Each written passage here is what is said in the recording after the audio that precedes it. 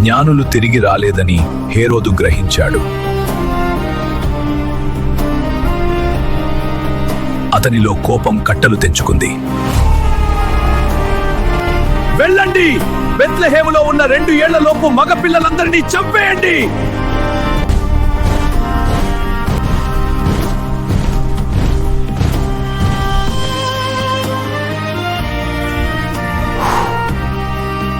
రామాలో ఒక స్వరం వినబడింది, ఏడ్పు, మహారోదనము.